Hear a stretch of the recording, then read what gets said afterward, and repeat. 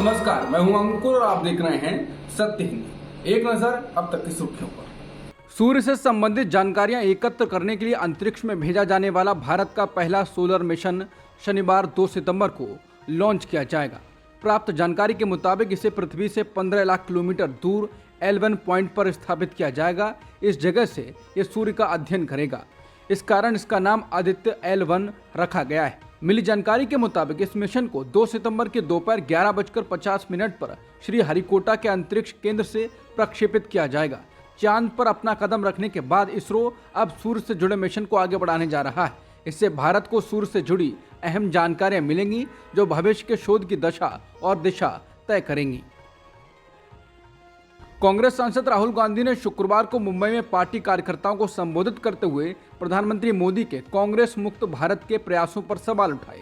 राहुल ने अपने बयान में कहा कि दुनिया का सुपर पावर इंग्लैंड कांग्रेस मुक्त भारत नहीं कर पाया था, मोदी कैसे करेंगे।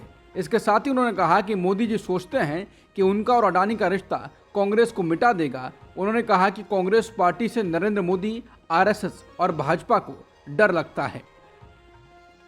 विपक्षी दलों की गठबंधन इंडिया की मुंबई में हुई बैठक के बाद सपा के मुखिया अखिलेश यादव ने कहा है कि एक देश एक चुनाव को लेकर शुरू हुई अटकल केवल ध्यान भटकाने की कोशिश है। अखिलेश यादव ने कहा, ये वन नेशन वन इलेक्शन अगर यूपी में हो जाए तो हमसे ज़्यादा कौन खुश होगा।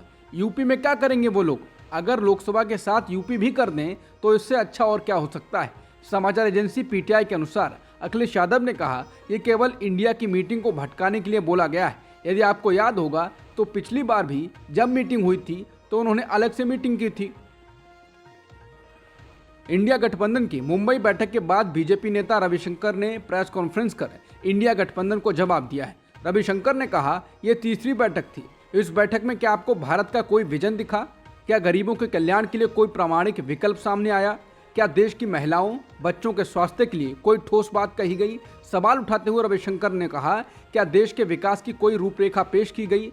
रोड मैप तो छोड़िए, भारत को आतंकवाद के खतरे के बारे में कोई बात की गई? रविशंकर ने कहा, ये लोग भारत में विकल्प की तलाश में निकले हैं। इनकी पूरी कोशिश सिर्फ एक है, नरेंद्र मोदी को मन भर गाली दो। आज की उनकी प्रेस कॉन्फ्रेंस और टिप्पणियों में विकल्प की तलाश नहीं थी। कौन मोदी जी को कितना शापित कर सकता है, इसकी प्रतिस्पर्धा थी। मुंबई में इंडिया गठबंधन बैठक के दूसरे दिन विपक्षी दलों के नेताओं ने साझा प्रेस कॉन्फ्रेंस की। इस दौरान बिहार के पूर्व मुख्यमंत्री लालू प्रसाद यादव ने अपने भाषण के दौरान पीएम मोदी पर हमला तो किया ही, हालांकि इस बीच में ही वो भावुक हो गए। लालू प्रसाद यादव ने अपने भाषण में अपनी बेटी का जिक्र किया। लालू ने कहा कि मुझे मेरी बेटी ने एक नया जीवन दिया है, उसने मुझे अपनी किडनी दान दे दी है। मेरे शरीर के कितने ऑपरेशन हुए हैं ये मैं ही जानता हूँ। इसके बाद भी मैं आप लोगों के सामने खड़ा हूँ। मेरी जिंदगी का कोई भरोसा नहीं है, लेकिन इन सबके बावजूद मैं मोदी सरकार की तानाशाही के आगे झुकने वाला नहीं हूं। बीजेपी के वरिष्ठ नेता सुब्रमण्यम स्वामी ने एक बार फिर मोदी को निशाने पर लिया है। स्वामी ने ट्वीट कर कहा कि मोदी के लिए हिंदू पुनर्जागरण और हिंदुत्व चुनाव के बाद गैराज में रखे जाने वाला वाहन है। हम में से जो लोग इस सांस्कृतिक परिवर्तन को जारी रखना चाहते हैं और जो आगे बढ़ाना चाहते हैं, उनके लिए बीजेपी माइनस मोदी ही एकमात्र समाधान है। विपक्षी गठबंधन इंडिया ने मुंबई में बैठक के बाद कहा कि जहां तक संभव हो वो मिलकर 2024 का लोकसभा चुनाव लड़ेंगे। इस मामले में गठबंधन की ओर से प्रस्ताव जारी किया गया है। गठबंधन ने आगामी लोकसभा चुनाव संयुक्त रूप से लड़ने के लिए इंडिया की पार्टियों का संकल्प जारी किया है।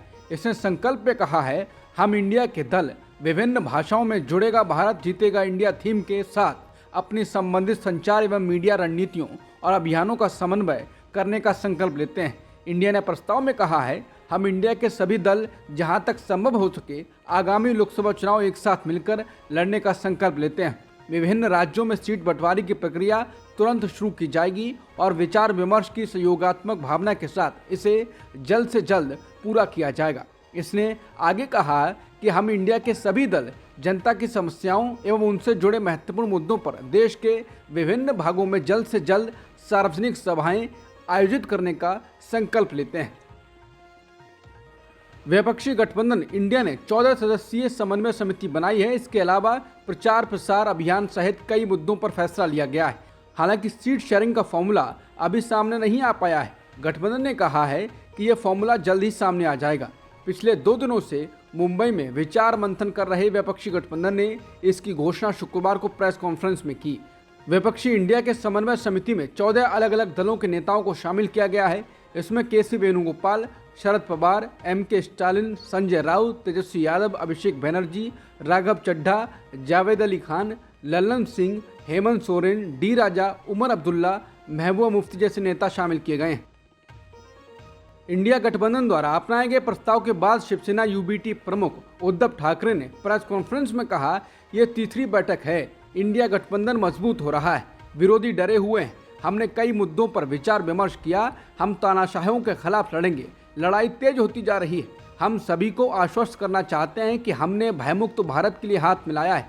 कांग्रेस अध्यक्ष मल्लिकार्जुन खड़गे ने गठबंधन की चाल का रोड मैप पेश करते हुए बताया, पटना में पहली बैठक एजेंडा तय करने के बारे में थी, फिर दूसरी बैठक बेंगलुरु में हुई। हम सब फिर मुंबई में मिल रहे हैं। हमारा लक्ष्य महंगाई बेरोजगारी से लड़ना है।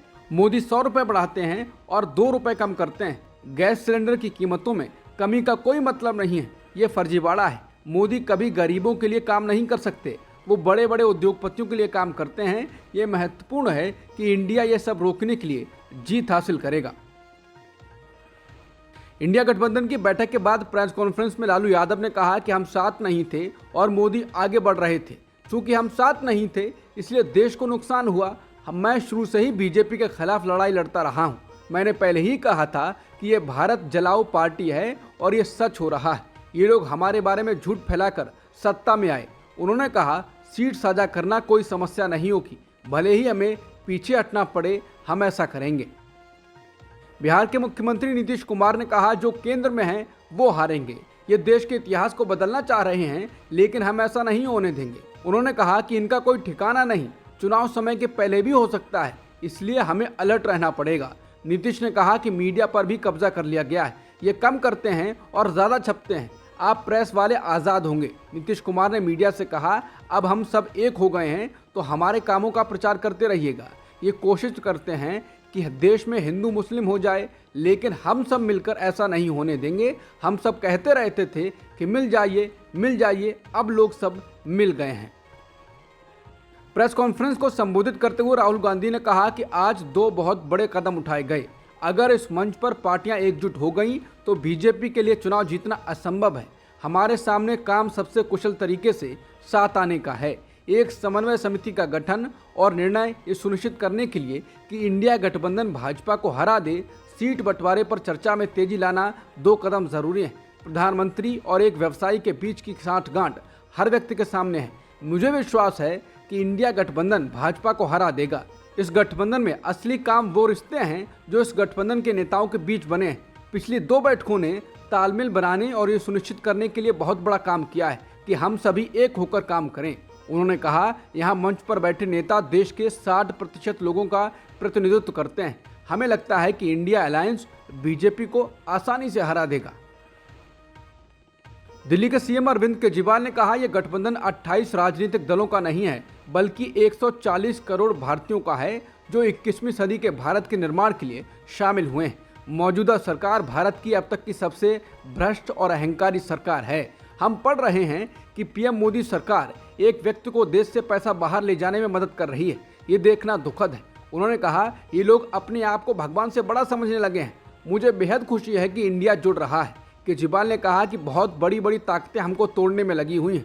ज़बरदस्ती दिखाने की कोशिश की जा रही है कि हम में मनमुटाव है, लेकिन मैं जिम्मेदारी से कह सकता हूं कि किसी से लड़ाई नहीं है। यहां कोई पद के लिए नहीं आया है। उन्होंने कहा कि इंडिया मोदी सरकार के पतन का कारण बनने वाला है। अब संसद के विशेष सत्र बुलाने के बाद मोदी सरकार ने एक देश एक चुनाव पर पैनल भी बना दिया है।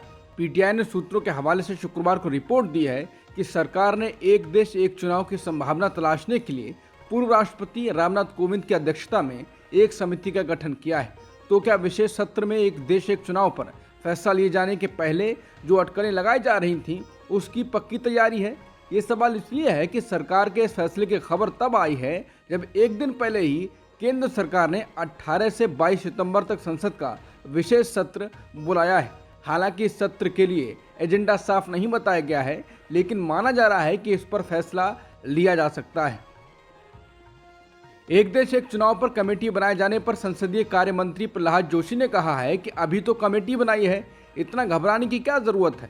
कमेटी बनाई है, फिर इसकी रिपोर्ट आएगी, रिपोर्ट पर चर्चा की जाएगी, जब संसद में आएगा तो उस पर चर्चा होगी। जोशी बोले, हम दुनिया के सबसे बड़े और पुराने लोकतंत्र हैं। लोकतंत्र के हित में जो नई नई चीजें आती हैं उस पर चर्चा तो करनी चाहिए। चर्चा करने के लिए कमेटी बनाई है। अब तक की खबरों में इतना ही। बाकी खबरों के लिए बने रहिए सत्यहिंदी.com के साथ।